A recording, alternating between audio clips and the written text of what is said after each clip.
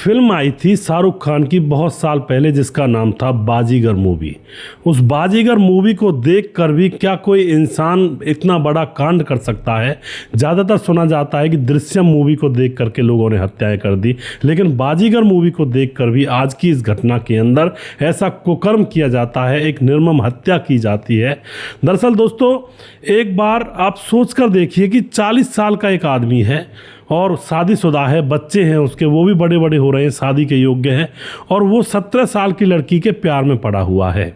40 साल का व्यक्ति, और दिन में 3-4 बार वह लड़की उससे मिलने के लिए आया करती है, और वह आदमी अब इतनी हद पार कर चुका है कि वह उस लड़की से ही परेशान हो चुका है कि यह 3-4 बार मिलने के लिए आती है। दिक्कतें बढ़ती जा रही थी और शादी की बात वह लड़की उससे करने लगती है।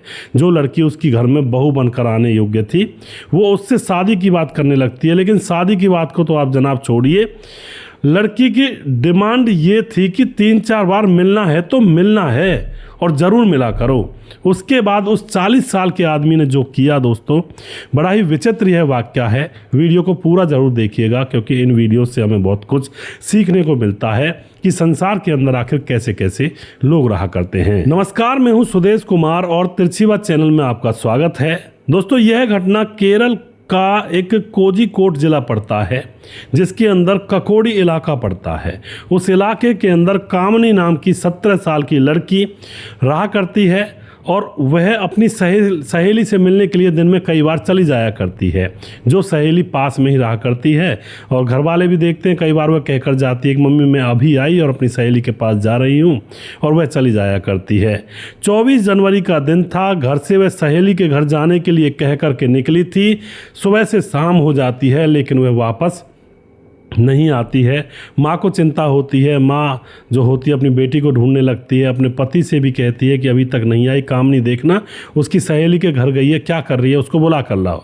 तो जो पिता होता है वह बुलाने के लिए जाता है, लेकिन जैसे ही सहेली दरवाज़ा खोलकर अंदर से बाहर निकलती है, कहती है अंकल जी क्या बात हो गई। तो कामनी का पिता कहता है कि हमारी बेटी कामनी आई थी, वो कहाँ है।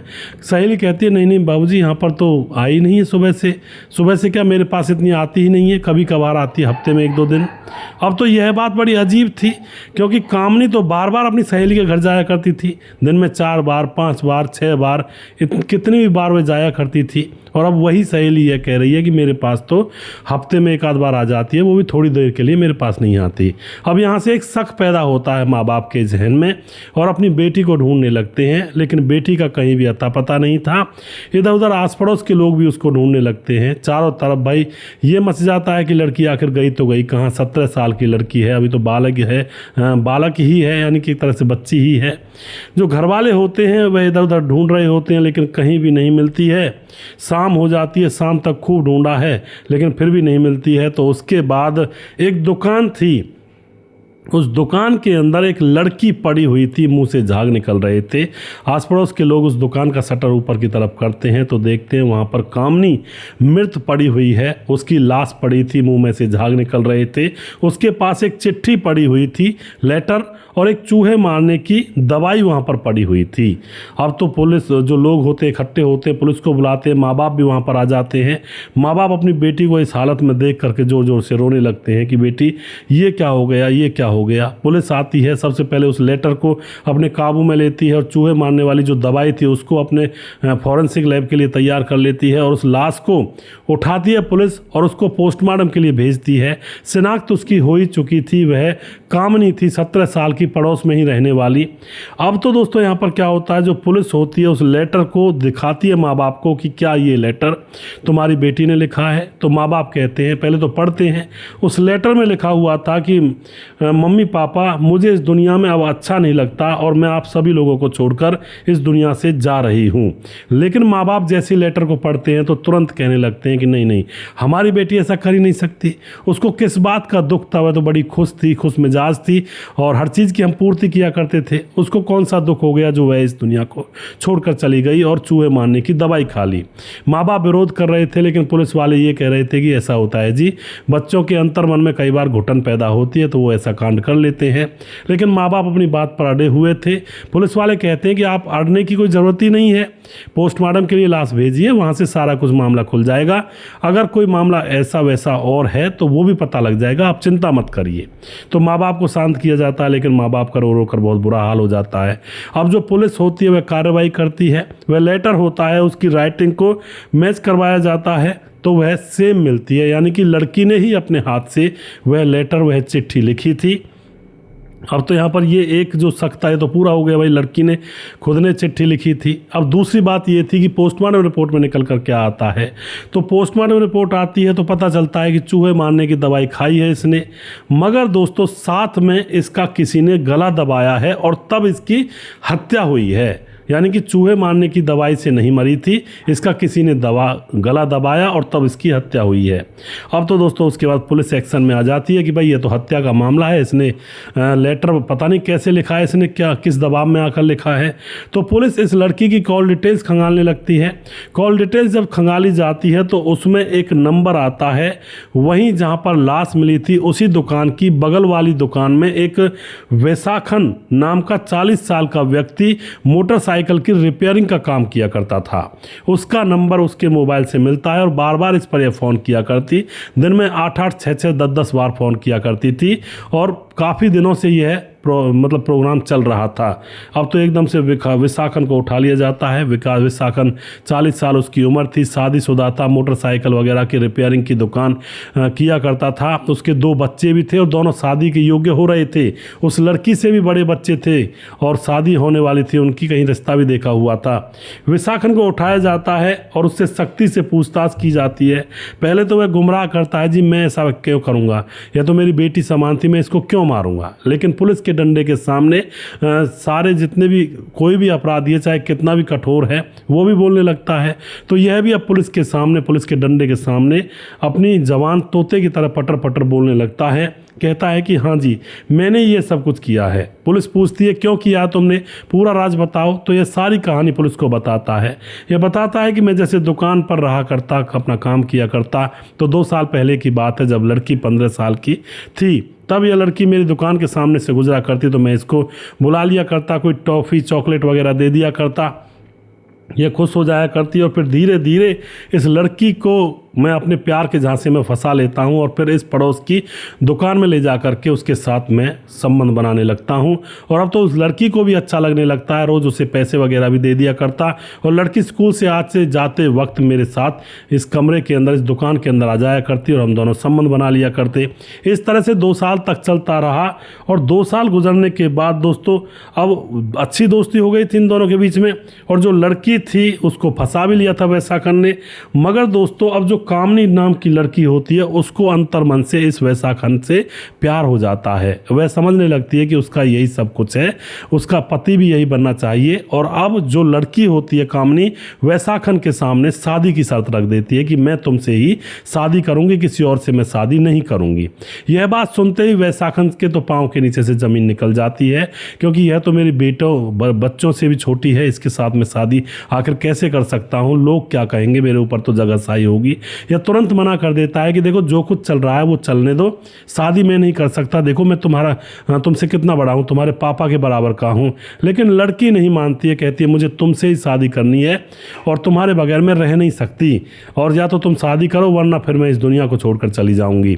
ऐसी कंडीशन यहाँ पर आ गई थी और ऊपर से यह भी बोल रही थी, जब वैसाखन ये कह रहा था कि नहीं मैं शादी नहीं करूँगा, तो लड़की ने एकदम ये भी बोला था कि मैं पुलिस में जाऊँगी, अपने माँ बाप को सब कुछ बताऊँगी अगर तुम मुझसे शादी नहीं करोगे तो। अब तो यहाँ पर वैसाखन के पाँव के नीचे से ज़मीन निकल जाती है कि अगर इसने ये सब काम कर दिया तो मेरी तो बदनामी हो जाएगी, मैं किसी को मुंह दिखाने लायक नहीं रहूँगा।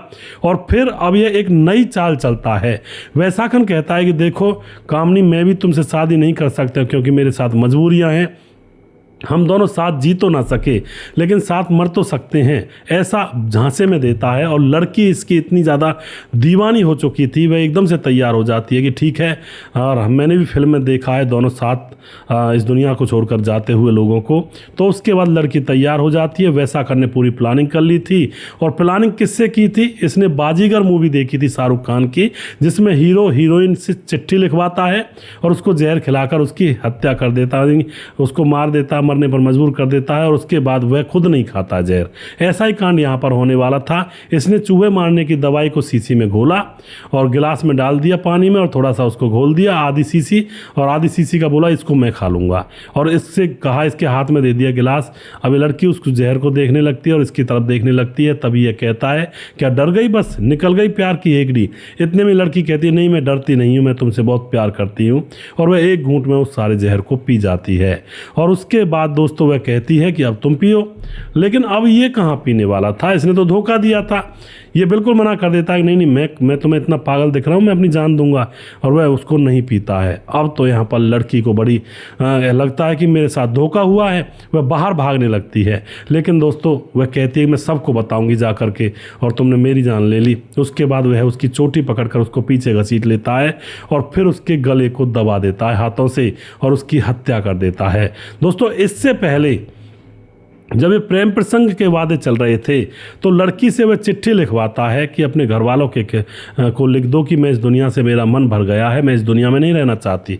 तो वह लड़की खुद अपने हाथों से चिट्ठी लिखती है और चिट्ठी लिखने के बाद उसके हाथों में जहर का गिलास उसका प्रेमी थमाता है और फिर उसके बाद वह जहर का गिलास पीती है, लेकिन प्रेमी नहीं पीता है। वह बाहर भागने लगती है तो प्रेमी चोटी पकड़कर अंदर खींच लेता है दुकान में और फिर उसकी गला दबाकर हत्या कर देता है और चुपके से लाश को वहीं लेटाकर आराम से अपनी बाइक की रिपेयरिंग का काम करने लगता है। इस तरह का ये वाकया था दोस्तों। जब पुलिस को और आस पड़ोसियों को पता लगा तो दांतों तले उंगलियां दबा कर रह गए कि आज के ज़माने में क्या ऐसे भी लोग हैं।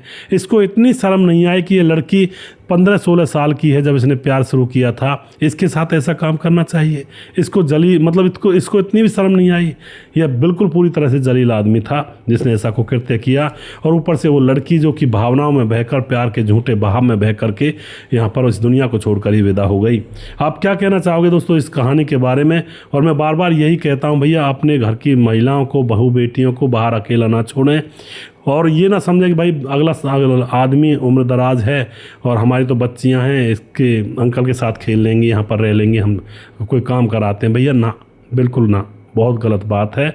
कोई पता नहीं है किसी का, कुछ भी हो सकता है। अपनी बच्चियों की, अपनी बहू बेटियों की खुद हिफाजत करनी होगी, वरना कोई भी कुछ भी कर सकता है। सावधानी बहुत ज़रूरी है दोस्तों।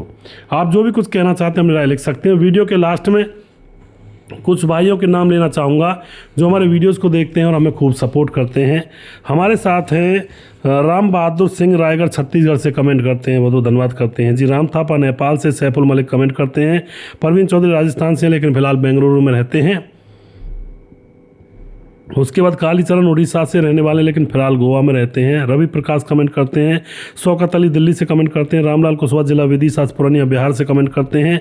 दयाशंकर सिंह ठाकुर यूपी 43 गोंडा से कमेंट करते हैं। दयाशंकर सिंह राजपूत रामलाल कुशवाहा जिला विदिशा पुरानिया बिहार से कमेंट करते हैं। नीतीश पासवान बोधगो गिरिडीह झारखंड से कमेंट करते हैं। वनराज नामदेव कोहली लगातार कमेंट करते हैं। मोहम्मद जहांगीर कमेंट करते हैं, बहुत बढ़िया कहानी सुनाते हो, आपके वीडियो देखता हूँ तो कुछ तो फ़ायदा होता ही है जी। बिहार मोतिहारी ज़िले से हूँ, मुंबई में काम करता हूँ, बहुत बहुत धन्यवाद जी। सिलाई का काम करते हैं हमारे भाई मोहम्मद जहांगीर। और सुजीत कुमार नमस्कार गुरु जी, राधे राधे। धीरज बनवाल कमेंट करते हैं, प्यार इश्क और मोहब्बत ये सब अब कुछ नहीं रहा है भैया जी, मतलब का संसार है, कैसे समझेंगे लोग। बिल्कुल जी। भीमदत्त जोशी कमेंट करते हैं, जय हिंद जय भारत। जय यादव कमेंट करते हैं, और यही महिला की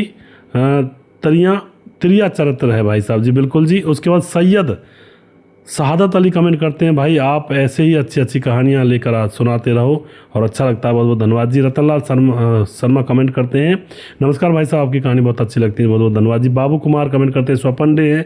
सिक्रम राज कमेंट करते हैं। समाधान पाटिल जलगांव महाराज से कमेंट करते हैं। राम गोसाई हमारे भाई लगातार कमेंट करते हैं। सुजीत कुमार कमेंट करते हैं लगातार। सूरज डी हमारे भाई फिजी से कमेंट करते हैं। और उसके बाद अनूप कमेंट करते हैं। और उसके बाद हमारे साथ प्रवीण बघेल से पुरी से कुमार सोनू कमेंट करते हैं। मोनू जैन कमेंट करते हैं। रजत सैनी कमेंट करते हैं, जय श्री राम, ये औरत पैसों की लालची थी, इसने 9 साल के प्यार को भी मार डाला जी। बिल्कुल जी, ऐसा ही होता है। राम मोहम्मद यासीन लाहौर पाकिस्तान से, राधेश्याम शर्मा सिरसी जयपुर राजस्थान से, राजकिशोर चौरसिया महाबलेश्वर महाराष्ट्र से, छगनदास खारडा बांद्रा राजस्थान से, और सुशील चौधरी लगातार कमेंट करते हैं हमारे भाई। और उसके बाद दुर्योधन भाई कमेंट करते हैं। अगला वीडियो बहुत जल्दी फिर से लेकर आऊँगा, तब तक आप खुश रहें, सावधान रहें। जय हिंद जय भारत।